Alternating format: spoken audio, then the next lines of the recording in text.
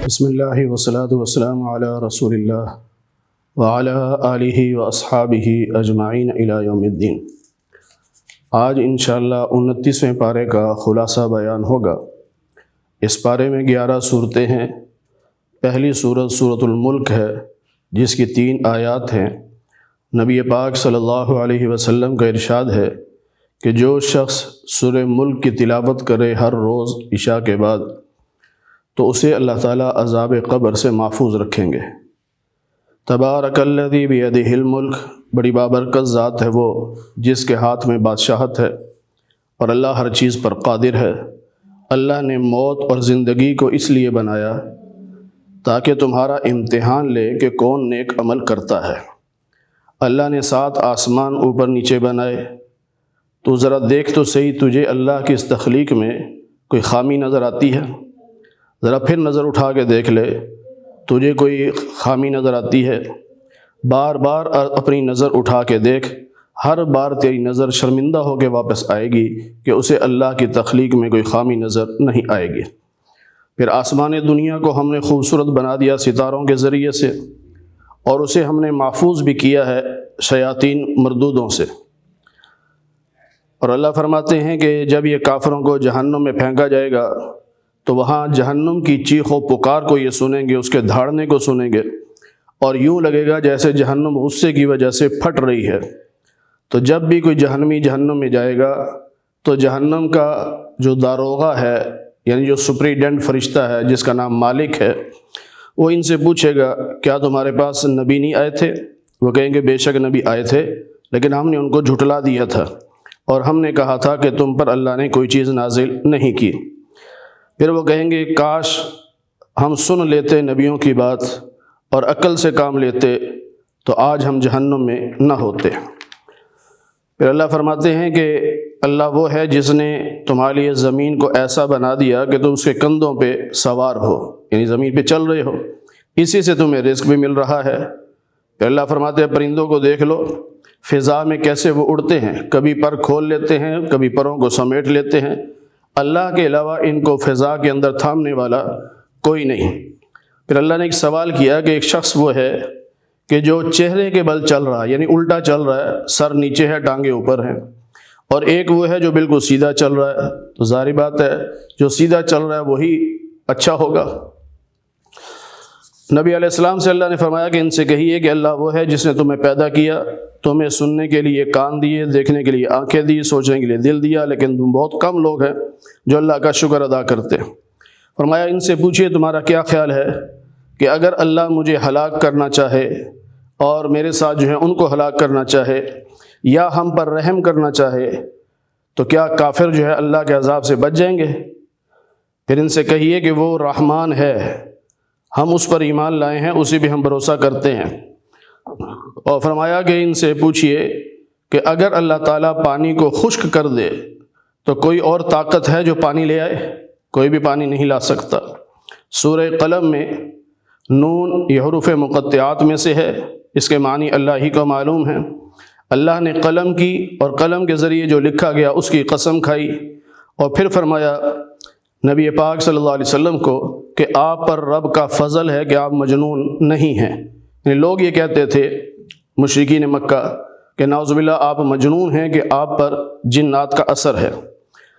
اور آپ کے لیے اللہ نے جو اجر رکھا ہے اس کی تو انتہائی کوئی نہیں ہے،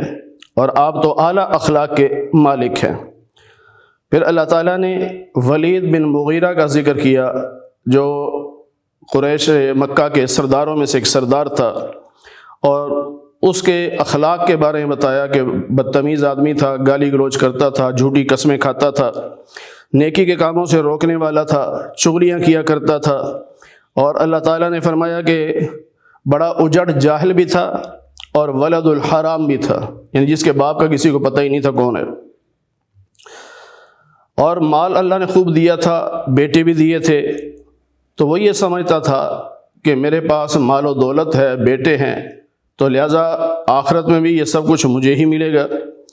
اللہ کہتے ہیں ہم قیامت کے اس کی ناک کو رگڑیں گے، یعنی اس کو ذلیل کریں گے، اور ہم ان کو یوں آزمائیں گے جیسے باغ والوں کو آزمایا ہے۔ یہ باغ والوں کی قصہ یہ ہے کہ ایک آدمی تھا، بڑا نیک آدمی تھا، اس کا باغ تھا، تو جب وہ باغ میں سے پھل توڑنے جاتا تھا تو غریب غربا بھی ساتھ ہو جاتے تھے، تو جتنا پھل وہ توڑتا تھا اس میں سے کافی سارا پھل ان غریبوں میں تقسیم کر دیتا، اور تھوڑا سا پھل جو بچ جاتا وہ گھر لے کے آتا۔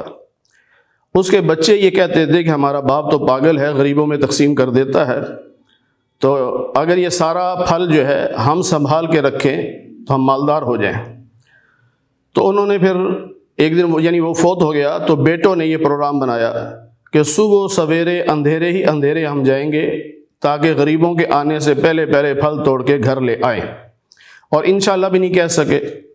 اب صبح صبح جب گئے تو وہاں کھیت میں جا کے دیکھا وہاں ہے ہی کچھ نہیں، اللہ نے عذاب ایسا بھیجا کہ جو باغ تھا وہ برباد ہو گیا۔ اس پر وہ ایک دوسرے کو ملامت کرنے لگے، پھر کہنے لگے ہاں ہم نے غلطی کی، شاید اللہ تعالیٰ اس کے بدلے میں ہمارے اوپر مہربانی کرے، کوئی اور زیادہ اچھی چیز دے دے۔ اللہ فرماتے ہیں نہیں، یہ تو دنیا کا عذاب ہے، آخرت کا عذاب تمہارے لیے اس سے بھی بڑا ہے۔ یعنی کوئی انسان یہ نہ سمجھے کہ میں جو غریب غربا میں تقسیم کر دیتا ہوں اس کی وجہ سے مال میں کمی ہو رہی ہے، نہیں، بلکہ ان کی وجہ سے اللہ تیرے مال میں برکت دے رہا ہے۔ پھر اللہ فرماتے ہیں افنجعل المسلمین کالمجرمین، کیا ہم مسلمانوں کو مجرموں جیسا کر دیں گے؟ یعنی اللہ کی نظر میں دونوں برابر ہو جائیں گے؟ کبھی بھی ایسا نہیں ہو سکتا۔ پھر قیامت کے دن اللہ تعالیٰ اپنی پنڈلی کا ظہور فرمائیں گے، لوگوں کو دکھائیں گے۔ اب کیسے ہوگا یہ اللہ ہی جانتا ہے۔ اس وقت ساری مخلوق سجدے میں گرے گی، لیکن کافر، منافق اور بے نمازی آدمی یہ سجدہ نہیں کر سکے گا، ان کی نظریں جھکی ہوئی ہوں گی اور ذلت چھائی ہوئی ہوگی۔ اس کی وجہ یہ ہے کہ دنیا میں ان کو سجدے کی دعوت دی جاتی تھی، یہ صحیح سالم تھے لیکن سجدہ نہیں کرتے تھے۔ پھر اللہ فرماتے ہیں نبی علیہ السلام سے کہ آپ نے صبر سے کام لینا ہے، یونس علیہ السلام کی طرح جلد بازی نہیں کرنی۔ اللہ فرماتے ہیں کہ جب آپ قرآن کریم کی تلاوت کرتے ہیں تو یہ مکہ کے مشرک آپ کو یوں دیکھ رہے ہوتے ہیں کہ گویا آپ کو اپنی جگہ سے یہ ہلا دیں گے، پھسلا دیں گے، اور یوں کہتے ہیں کہ انہ لمجنون، کہ یہ جو نبی ہے نا یہ تو مجنون ہے۔ یہ جو آخری 2 آیات ہیں علماء نے لکھا ہے کہ ان کو 7 بار پڑھ کر دم کر دیا جائے تو نظر بد سے حفاظت ہوتی ہے، کیونکہ یہاں مشرکین مکہ کی طرف سے یہ تھا کہ نظر اٹھا کے دیکھیں گے، یعنی ایسی بری نظر سے دیکھیں گے کہ نبی پاک صلی اللہ علیہ وسلم پر اس بری نظر کا اثر ہو، تو اس اثر کو زائل کرنے کے لیے ان آیات کو پڑھ لیا جائے تو نظر بد سے حفاظت ہوگی۔ سورۃ الحاقہ یہ قیامت کا ایک نام ہے کہ یہ واقع ہوگی، حق بات ہے، قیامت آ کے رہے گی۔ پھر اللہ فرماتے ہیں کہ قوم عاد اور قوم سمود کو اللہ نے ہلاک کیا، اور قوم عاد پر اللہ نے تیز ہوا بھیجی، 7 راتیں اور 8 دن مسلسل ہوا چلتی رہی۔ پھر ہوا نے ان کو یوں کر دیا کہ یعنی یوں پٹخ پٹخ کے مارا کہ وہ یوں پڑے تھے جیسے کھجور کے کھوکھلے تنے ہوں، خالی تنے، اس طرح کے وہ پڑے ہوئے تھے۔ پھر اللہ فرماتے ہیں اور قوموں کا بھی ذکر کیا اور فرمایا کہ جب قیامت کا دن آئے گا تو زمین بھی، پہاڑ بھی، یہ سب ریزہ ریزہ ہو جائیں گے، اور اللہ زمین بھی بدل دے گا، آسمان بھی بدل دیے جائیں گے، اور پہاڑ جو ہیں وہ روئی کے گالوں کی طرح اڑ رہے ہوں گے، اور فرشتے آسمان کے کناروں پہ چلے جائیں گے، اور اللہ کے عرش کو اٹھانے والے اس وقت جو فرشتے ہیں وہ 4 ہیں، لیکن اس دن ان کی تعداد 8 کر دی جائے گی، اور کوئی چیز اللہ سے پوشیدہ نہیں ہوگی۔ پھر اللہ فرماتے ہیں جب حساب کتاب شروع ہوگا تو جس کو نامہ اعمال اس کے دائیں ہاتھ میں دیا جائے گا وہ سب کو دکھاتا پھرے گا اور کہے گا ہا اقرؤ کتابیہ، ادھر آؤ ادھر آؤ، میرا رزلٹ دیکھ لو، یہ میرے نامہ اعمال کو پڑھو۔ میرا عقیدہ تھا کہ حساب کتاب ہوگا، اب وہ جنت میں اپنی مرضی کی زندگی گزارے گا، وہاں باغات ہوں گے، وہاں پھل ہوں گے، کھائے پیے گا، مزے کرے گا۔ لیکن جس کو نامہ اعمال بائیں ہاتھ میں ملا یہ اس کی ناکامی کی دلیل ہوگی، اور وہ پھر یہ کہتا پھرے گا یا لیتنی لم اوت کتابیہ، کاش کہ مجھے یہ نامہ اعمال نہ ملتا، لیکن وہ تو ملنا ہی ملنا ہے۔ پھر اللہ فرماتے ہیں کہ وہ یوں کہے گا کہ میرا خیال ہی نہیں تھا کہ حساب کتاب بھی ہوگا،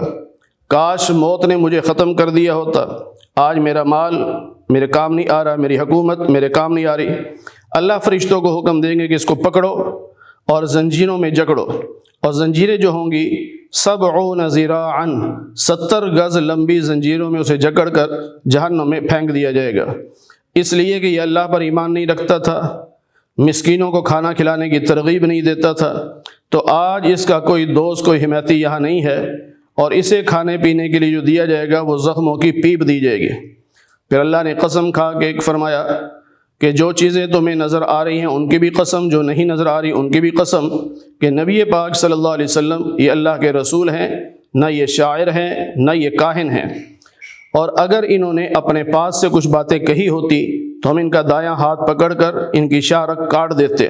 لیکن یہ تو تذکرہ ہے، نصیحت ہے، اللہ کی طرف سے آئی ہے۔ ہمیں معلوم ہے کہ یہ لوگ جھٹلاتے ہیں آپ کو، لیکن یہ کافر افسوس کریں گے، ان کو پتہ چل جائے گا قیامت کے دن کہ ہم نے جھوٹ بولا تھا۔ سورہ معارج اللہ فرماتے ہیں کہ عذاب مانگنے والے نے عذاب مانگا اور وہ عذاب آ کے رہے گا اور وہ کافروں سے ہٹے گا نہیں، اور یہ عذاب اللہ کی طرف سے آئے گا جو آسمانوں کا مالک ہے۔ فرشتے بھی اور روح الامین بھی اسی اللہ کی طرف چڑھتے ہیں،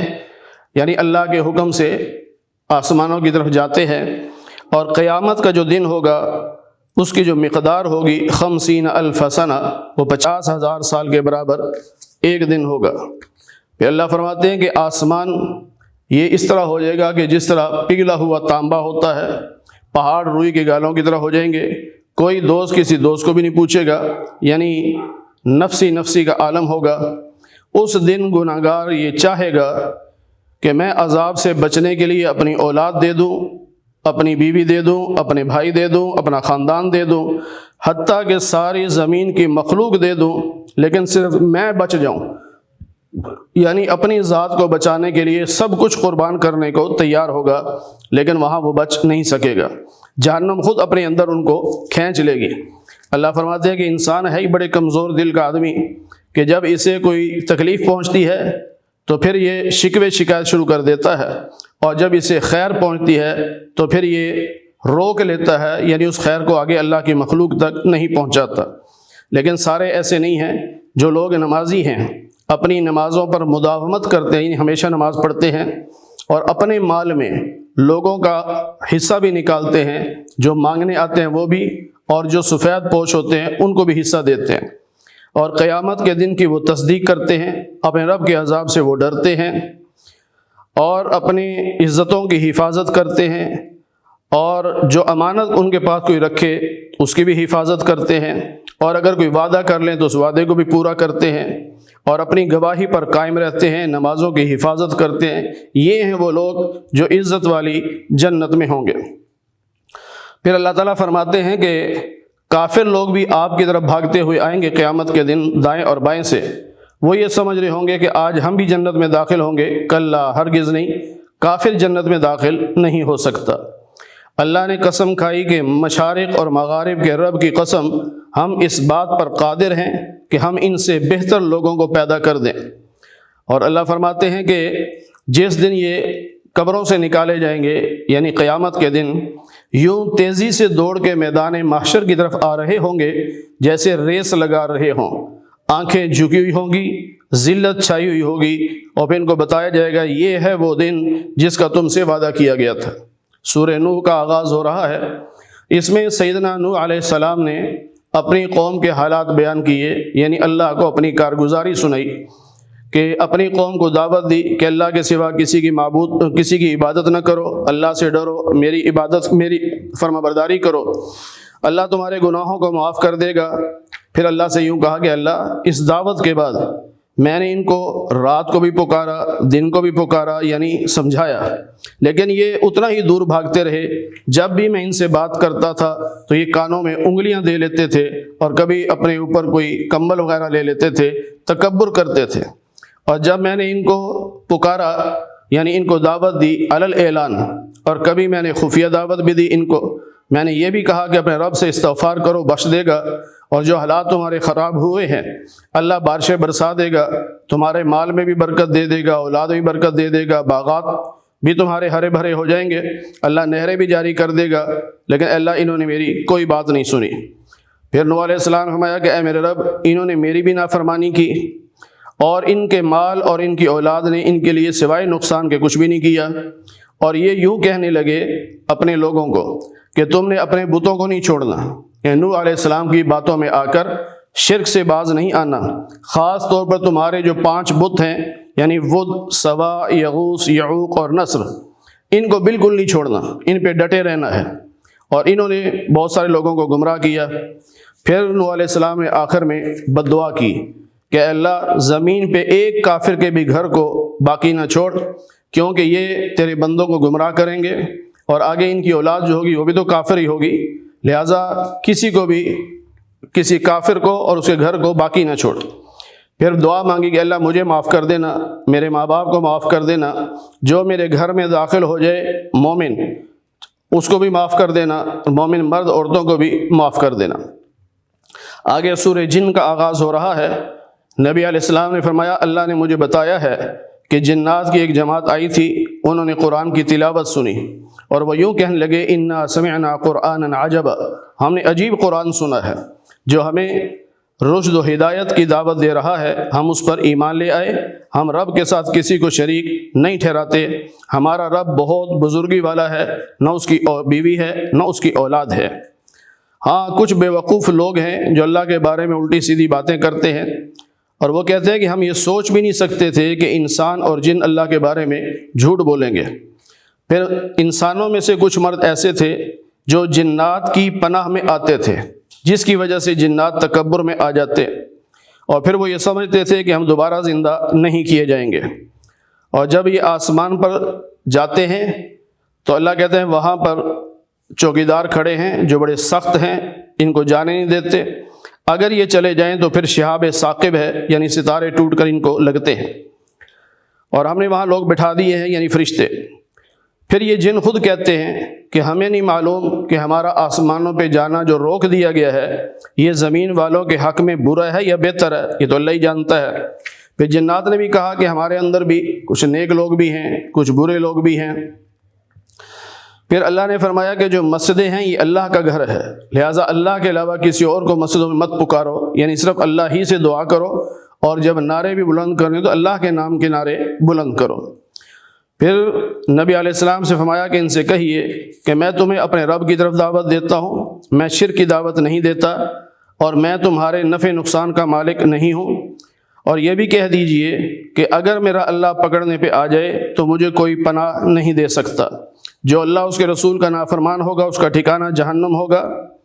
اور پھر فرمایا کہ اللہ عالم الغیب ہے، اپنے غیب پر کسی کو مطلع نہیں کرتا، کسی پر ظاہر نہیں کرتا، ہاں اپنے رسولوں میں سے جس رسول پر چاہے اللہ تعالیٰ غیب کی خبریں اتار دیتا ہے، انہیں غیب کی خبریں دے دیتا ہے۔ آگے سورہ مزمل کا آغاز ہو رہا ہے، یا ایھا المزمل، اے کپڑے میں لپٹنے والے نبی اٹھیے رات کو اور اللہ کی عبادت کیجیے، لیکن تھوڑی عبادت کیجیے، آدھی رات کر لیں یا آدھی رات سے کچھ کم کر لیں یا آدھی رات سے کچھ تھوڑا سا زیادہ کر لیں، لیکن ورتل القرآن ترتیلا، قرآن کو ٹھہر ٹھہر کر آہستہ آہستہ پڑھنا ہے، کیونکہ ہم نے آپ پر ایک بوجھ اتارنا ہے، یعنی قرآن جب اترا کرے گا تو اس کا بوجھ آپ کو محسوس ہوگا۔ تو پھر رات کو جب آپ عبادت کریں گے تو رات کی عبادت نفس کو روند ڈالتی ہے اور بات بھی سیدھی نکلتی ہے، دل زبان سے جو بات نکلتی ہے وہ دل سے نکلتی ہے۔ دن میں آپ کو بڑی مصروفیت ہوتی ہے، تو اس لیے پھر رات کے وقت اللہ کی عبادت کیجیے، اور جو لوگ باتیں کر رہے ہیں آپ ان پہ صبر کیجیے اور ان کی پرواہ نہ کیجیے۔ پھر اللہ تعالیٰ نے فرعون کا بھی ذکر کیا کہ ہمارے رسول ان کے پاس بھی گئے، اس نے نافرمانی کی، پھر ہم نے اس کو پکڑا۔ پھر اللہ فرماتے ہیں کہ آپ کا رب خوب جانتا ہے کہ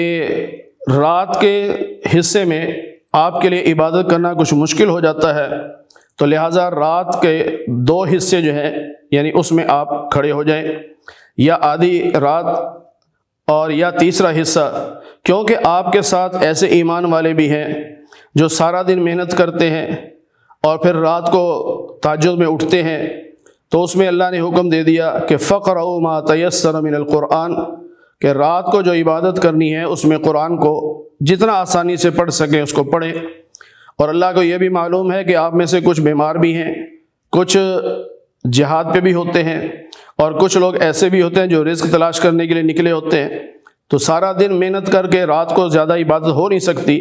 اس لیے جتنا آسانی سے ہو سکے اتنی عبادت کر لیں، اور باقی نمازوں کی پابندی کریں، زکوٰۃ ادا کریں، اللہ کے نام پہ خرچ کریں، اور اپنے آخرت کے لیے جو کچھ بھی کرو گے وہ اللہ کے ہاں اس کو پالو گے اور بہت بہتر ہوگا۔ اور ان عبادات کے ساتھ ساتھ اپنے رب سے استغفار بھی کیجئے، اللہ معاف کرنے والا اور رحم کرنے والا ہے۔ یہاں ہمیں یہ سبق دیا گیا کہ عبادت کر کے اس پہ ناز نہیں کرنا کہ میں بڑا نیک ہوں، بلکہ عبادت کے بعد اللہ سے استغفار کرنا ہے کہ اللہ میں بہت گناہ گار ہوں، جو جس طرح عبادت کرنی چاہیے تھی میں اس کا حق ادا نہیں کر سکا، اللہ مجھے معاف کر دے۔ یا ایھا المدثر، سورہ مدثر کا آغاز ہو رہا ہے، اس کا معنی بھی یہی ہے، اے کپڑے اوڑھنے والے یا اے چادر اوڑھنے والے، قوم اٹھیے، اپنی قوم کو تبلیغ کیجئے، اپنے رب کی بڑائی بیان کیجئے، اپنے کپڑوں کو پاک صاف رکھیے۔ اور ولا تمنن تستکثر، یہ آیت جو ہے یہ بہت اہم ہے، اسے ہمیں سمجھنا چاہیے۔ اللہ کہہ رہے ہیں کسی پر احسان اس نیت سے مت کرو کہ واپسی پر زیادہ ملے گا، یعنی آج میں اس پہ احسان کر رہا ہوں، کل میری باری آئے گی تو وہ میرے ساتھ اس سے بڑھ کر احسان کرے گا۔ اس کی زندہ مثال ہمارے معاشرے میں نیوتا ہے، جس کو نیوندرا بھی کہتے ہیں، کہ لوگ شادی بیاہ کے موقع پر اسی نیت سے دیتے ہیں کہ آج ان کی شادی میں اگر میں 2000 دوں گا تو کل یہ میرے ہاں شادی میں آئیں گے تو یہ بڑھا کے 3000 دیں گے۔ تو اس نیت سے جو نیوندرا ڈالتے ہیں، نیوتا ڈالتے ہیں، یہ سود کے زمرے میں آتا ہے، اس کو بالکل ختم کر دینا چاہیے۔ ویسے بھی یہ رسم ٹھیک نہیں۔ ہاں، اگر اپنے کسی بہن بھائی کے ساتھ اللہ کی رضا کے لیے تعاون کرنا ہے تو وہ چند دن آگے یا پیچھے کر لیا جائے، اور اس میں یہ نیت بالکل نہ ہو کہ یہ لوگ کل کو مجھے واپس کریں گے، یہ نیت ہرگز نہیں ہونی چاہیے۔ پھر اللہ تعالیٰ نے ولید بن مغیرہ کا ذکر یہاں پہ بھی کیا کہ ایک وہ شخص ہے کہ جس کو میں نے اکیلا پیدا کیا، یعنی ماں باپ کی اکلوتی اولاد ہے، نہ اس کا کوئی بھائی نہ کوئی بہن، اور میں نے اس کو مال بھی خوب دیا اور بیٹے بھی دیے جو اسی کے پاس یعنی وہاں موجود تھے۔ بیٹے اللہ دیتا ہے، لیکن بعض دفعہ ایسے ہوتا ہے کہ بیٹے رزق کی تلاش میں کہیں دور علاقے میں نکل جاتے ہیں، تو ماں باپ کو ہر وقت فکر لگی رہتی ہے، پتہ نہیں میرا بیٹا کس حال میں ہوگا، اور جس کی اولاد اس کی آنکھوں کے سامنے ہو تو یہ بڑی خوش نصیبی ہوتی ہے۔ تو پھر اللہ فرماتے ہیں کہ یہ یوں کہتا ہے کہ قیامت کے دن بھی مال میرے پاس ہی ہوگا، ہرگز ایسا نہیں ہوگا، بلکہ ہم اس کو یوں سزا دیں گے کہ جہنم میں ایک پہاڑ ہے، ہم اسے کہیں گے پہاڑ پہ چڑھ۔ اب یہ پہاڑ پہ جب چڑھے گا تو وہاں سے پھسلے گا، نیچے گرے گا، پھر چڑھے گا، پھر پھسلے گا، پھر گرے گا۔ اس نے نبی پاک صلی اللہ علیہ وسلم کے بارے میں کچھ غور و فکر کیا کہ میں کیا کہوں، یعنی لوگوں کو کیا بتاؤں۔ جو اس کے ذہن میں آتا تھا پھر خود ہی اس کا دماغ کہتا تھا نہیں یہ الزام جھوٹا ہے، یہ نہیں لگا سکتے۔ تو کافی غور و فکر کے بعد صرف اس نے یہ کہا کہ یہ تو یوں لگتا ہے کہ جیسے کوئی پہلا جادو ہو، اور یہ کسی انسان کا کلام لگتا ہے۔ اللہ فرماتے ہیں کسی انسان کا کلام نہیں ہے۔ پھر اللہ نے فرمایا کہ ہم نے جہنم میں فرشتے مقرر کر رکھے ہیں اور اس کی تعداد بھی مقرر ہے، اور یہ کافروں کے امتحان کے لیے ہے۔ نبی علیہ السلام نے بتایا کہ جہنم میں 19 فرشتے ہیں۔ تو اس پہ مکہ کا ایک سردار کہنے لگا گھبرانے کی ضرورت ہی نہیں، 19 کو تو میں اکیلا ہی ایک بازو میں پکڑ لوں گا۔ تو یہ انہوں نے اس کو مذاق سمجھا۔ اللہ فرماتے ہیں کہ جو اہل کتاب ہیں یا ایمان والے ہیں وہ اس میں شک نہیں کرتے، ان کو پتہ ہے کہ یہ اللہ کی طرف سے ہے۔ پھر فرمایا کہ جنتی جو ہیں وہ جنت میں جانے کے بعد جہنمیوں سے پوچھیں گے کہ ما سلککم فی سقر، کیا ہوا تمہیں، تم جہنم میں کیوں آئے؟ تو وہ کہیں گے ہم نماز نہیں پڑھتے تھے، ہم مسکینوں کو کھانا نہیں کھلاتے تھے، اور ہم فضول گپ شپ لگایا کرتے تھے، قیامت کا انکار کیا کرتے تھے، یہاں تک کہ ہمیں موت آ گئی، اور اب ان کی کوئی سفارش کرنے والا نہیں ہوگا۔ سورہ قیامہ میں اللہ نے قسم کھائی قیامت کے دن کی، نفس لوامہ کی قسم کھائی، اور فرمایا کہ انسان یہ سمجھتا ہے کہ ہم اس کی ہڈیوں کو دوبارہ جمع نہیں کر سکتے۔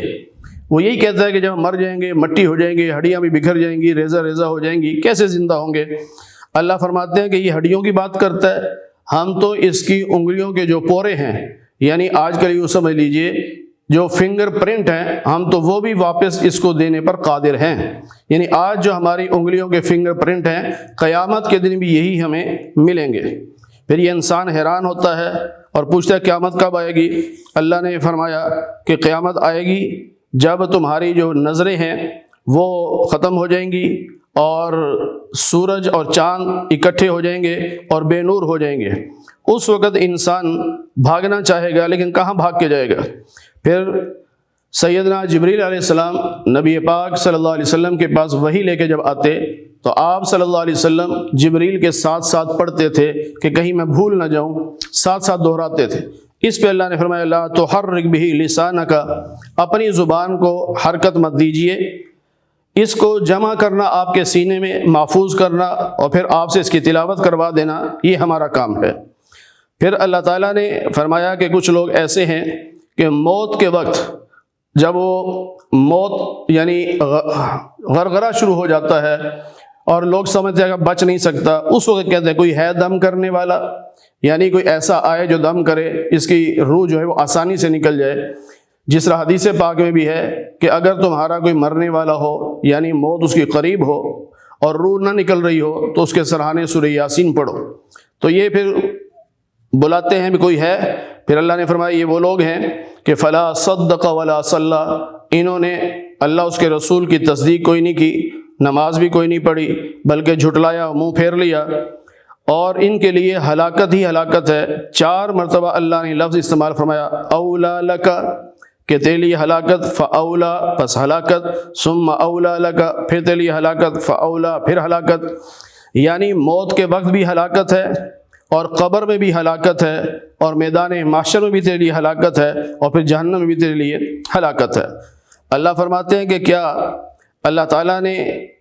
تمہیں منی کے ایک قطرے سے نہیں بنایا، یعنی پانی کے قطرے سے بنایا ہے؟ تو وہ اللہ کیا اس بات پر قادر نہیں ہے کہ مردوں کو زندہ کر سکے؟ یعنی بغیر سیمپل کے اللہ نے تمہیں پانی کے قطرے سے بنا دیا، اب تو تمہارا سیمپل موجود ہے، اب تمہیں دوبارہ زندہ کرنا اللہ کے لیے کون سا مشکل ہے؟ سورہ دہر اللہ فرماتے ہیں انسان پہ ایسا وقت بھی گزرا ہے کہ جب وہ کوئی قابل ذکر چیز نہیں تھا، ہر انسان کی پیدائش سے پہلے اس کا کوئی ذکر ہی نہیں تھا، کوئی جانتا بھی نہیں تھا۔ اللہ فرماتے ہیں ہم نے 2 رنگے پانی سے انسان کو بنایا، یعنی ماں اور باپ دونوں کا پانی ملا، اس سے انسان بنا۔ پھر ہم نے اس کو آزمایا اور ہم نے اس کو کان بھی دیے، آنکھیں بھی دی، ہم نے دونوں راستے اس کو دکھا دیے کہ تیری مرضی ہے ناشکری کر، تیری مرضی ہے شکر ادا کر۔ لیکن جو کافر ہیں ان کے لیے ہم نے زنجیریں اور توق اور جہنم یہ تیار کر رکھی ہے، اور جو نیک لوگ ہیں ان کو بہترین شراب پلائی جائے گی جس میں کافور کی ملاوٹ ہوگی۔ اور یہاں پھر ایک واقعے کی طرف بھی اشارہ ہے کہ امام حسن اور امام حسین رضی اللہ عنہما یہ دونوں بیمار ہو گئے، بڑے شدید بیمار تھے، کہ سیدہ فاطمہ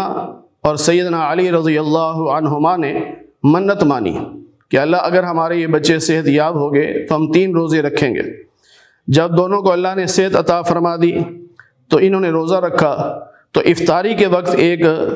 مسکین آ گیا مانگنے کے لیے، تو ان چاروں افراد نے، یعنی امام حسن نے بھی، امام حسین نے بھی اور حضرت فاطمہ نے بھی، حضرت علی نے بھی اپنی اپنی روٹی اٹھا کر اس مسکین کو دے دی، اور آپ کی جو باندھی تھی اس نے بھی اپنی روٹی دے دی، اور انہوں نے روزہ جو ہے پانی سے کھولا۔ اگلے دن پھر ایک ایک روٹی پکا کر افطاری کے لیے بیٹھے تھے کہ ایک یتیم آ گیا، پھر انہوں نے ساری روٹیاں اس کو دے دی۔ تیسرے دن ایک قیدی آ گیا کہ میں ابھی رہا ہوا ہوں، مجھے کھانے کے لیے کچھ دے دو، تو انہوں نے پھر روٹیاں اٹھا کے اس کو دے دی۔ تو اللہ نے یہاں فرمایا کہ یوفون بالنذر، یہ وہ خاندان ہے جنہوں نے اپنی منت کو پورا کیا، اور اتنے اخلاص کے ساتھ انہوں نے وہ کام کیا کہ یہ کہتے ہیں کہ ہم تو یہ بھی نہیں چاہتے کہ ہمارا کوئی شکریہ ادا کرے۔ یہ ہے اللہ کی رضا کہ ہم یہ بھی نہیں چاہتے کہ ہمارے اس عمل پر کوئی ہمارا شکریہ ادا کرے۔ پھر اللہ تعالیٰ نے جنت کی نعمتوں کا ذکر کیا، وہاں کے برتنوں کا ذکر کیا، اور وہاں جو غلمان ہیں ان کا بھی ذکر کیا، اور وہاں جو اللہ کی طرف سے لباس ملے گا اس کا بھی ذکر کیا، اور جو اللہ تعالیٰ شراب پلائیں گے اس کا ذکر بھی کیا، اور پھر فرمایا کہ انا نحن نزلنا علیک القرآن تنزیلا، ہم نے آپ پر قرآن کریم نازل کیا ہے، تھوڑا تھوڑا کر کے نازل کیا ہے، بس اپنے رب کے حکم تک صبر کیجئے اور نافرمانوں اور کافروں کی بات نہیں ماننی، بلکہ صبح و شام اللہ کا ذکر کرنا ہے، رات کو بھی اللہ کے سامنے سجدہ کرنا ہے، اور کافی دیر تک اللہ کی تسبیح بھی کرنی ہے۔ پھر اللہ تعالیٰ فرماتے ہیں سورہ مرسلات میں ہوا کی مختلف اقسام جو ہیں ان کی قسمیں کھا کے اللہ یقین دلا رہے ہیں کہ انما توعدون لواقع، کہ تم سے جو وعدہ کیا گیا ہے قیامت کے دن کا وہ ہو کے رہے گا۔ پھر قیامت کے دن جو کچھ ہوگا ستاروں کے ساتھ، سورج کے ساتھ، پہاڑوں کے ساتھ، اللہ نے اس سب کا ذکر کیا۔ اور 10 مرتبہ اس صورت میں یہ آیت لے کے آئے کہ ویل یومئذ للمکذبین، قیامت کے دن ہلاکت اور بربادی ہے ان لوگوں کے لیے کہ جو قیامت کو جھٹلایا کرتے تھے، جو اللہ کو، اللہ کے رسول کو جھٹلایا کرتے تھے، ان کے لیے ہلاکت ہی ہلاکت ہے۔ اللہ فرماتے ہیں کیا پہلے لوگوں کو ہم نے ہلاک نہیں کیا؟ ان کے بعد اور لوگ نہیں لے کے آئے؟ اس طرح فرمایا کیا ہم نے تمہیں پانی سے پیدا نہیں کیا، پھر ماں کے رحم میں ایک وقت مقررہ تک نہیں ٹھہرایا؟ پھر فرمایا کیا ہم نے زمین کو کافی نہیں بنا دیا کہ زندہ لوگ اس کے اوپر چلتے ہیں اور مردہ لوگ زمین کے اندر ہوتے ہیں؟ پھر ہم نے پہاڑوں کو بھی گاڑ دیا ہے، پانی بھی ہم نے تمہیں پلایا ہے۔ پھر اسی طرح اللہ تعالیٰ نے اپنی قدرت کی نشانیاں بیان فرمائیں اور فرمایا قیامت کے ہم ان سے یوں کہیں گے کہ ھذا یوم لا ینطقون، آج کا دن ایسا ہے کہ جس میں تم بول نہیں سکو گے، یعنی بولنے کی اجازت نہیں، اور جو تم بہانے کرو گے یا عذر پیش کرو گے اس کی بھی اجازت نہیں ہوگی، کیونکہ آج تو فیصلے کا دن ہے۔ پھر اللہ فرماتے ہیں جو متقی لوگ ہوں گے وہ سایوں میں ہوں گے، چشموں میں ہوں گے، ان کی مرضی کے ان کو پھل ملیں گے اور اپنے وہ پھل وغیرہ اپنی مرضی سے مزے لے لے کے کھائیں پئیں گے۔ اللہ فرماتے ہیں کافروں کے بارے میں کہ کلوا وتمتعوا قلیلا، دنیا میں تھوڑا بہت جو ہے تم وہ اپنا فائدہ اٹھا لو، کھا پی لو، لیکن تم مجرم ہو۔ اور جب ان سے کہا جاتا کہ رکو کرو، رکو نہیں کرتے تھے، تو آخری آیت میں اللہ فرماتے ہیں فَبِأَيِّ حَدِيثٍ بَعْدَهُ يُؤْمِنُونَ، اس کے بعد اور کون سی بات ہوگی